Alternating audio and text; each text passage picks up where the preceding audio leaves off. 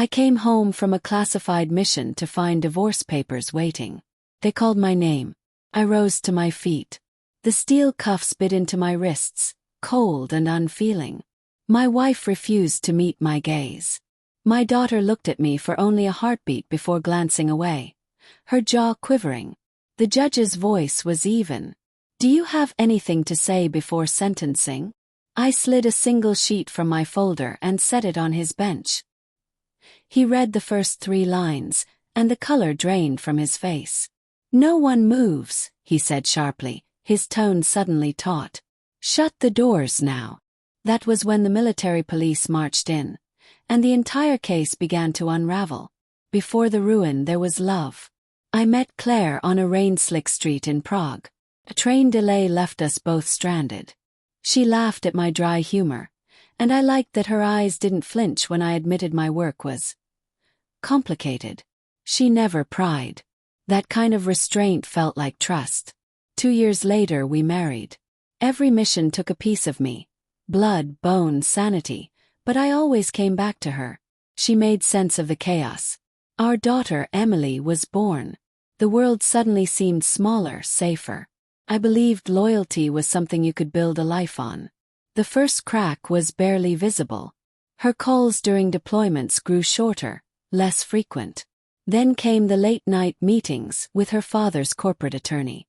Her father, Richard Hale, had despised me from day one. Claimed men like me play soldier until they destroy everything around them.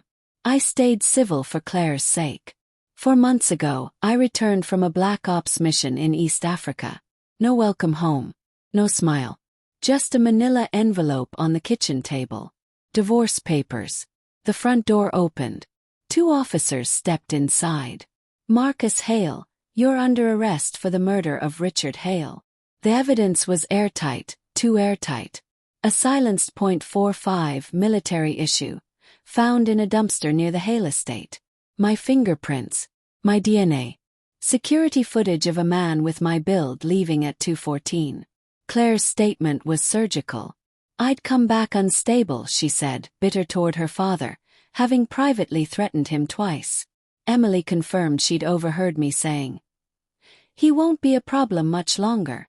I stayed silent through questioning, not from guilt, but because speaking too soon would destroy the only advantage I had: time to think. Grief is noisy. Revenge is quiet. For 72 hours, I replayed every frame in my mind. The video was grainy, but I caught it. The shooter wore a watch.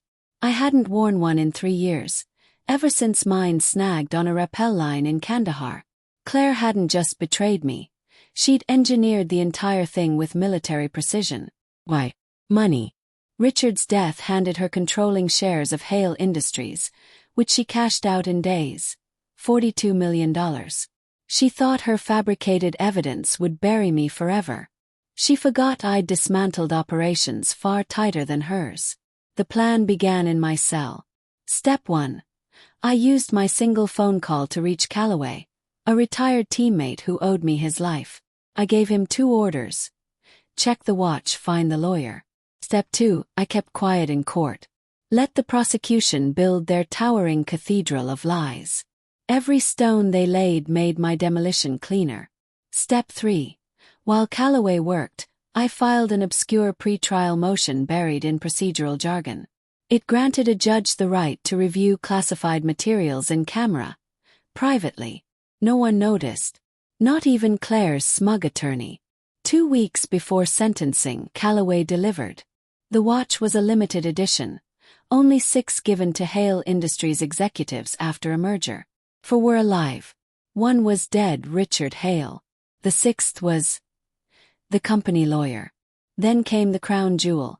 Decrypted emails between Claire and that lawyer, plotting the murder, planting evidence, and rehearsing Emily's testimony.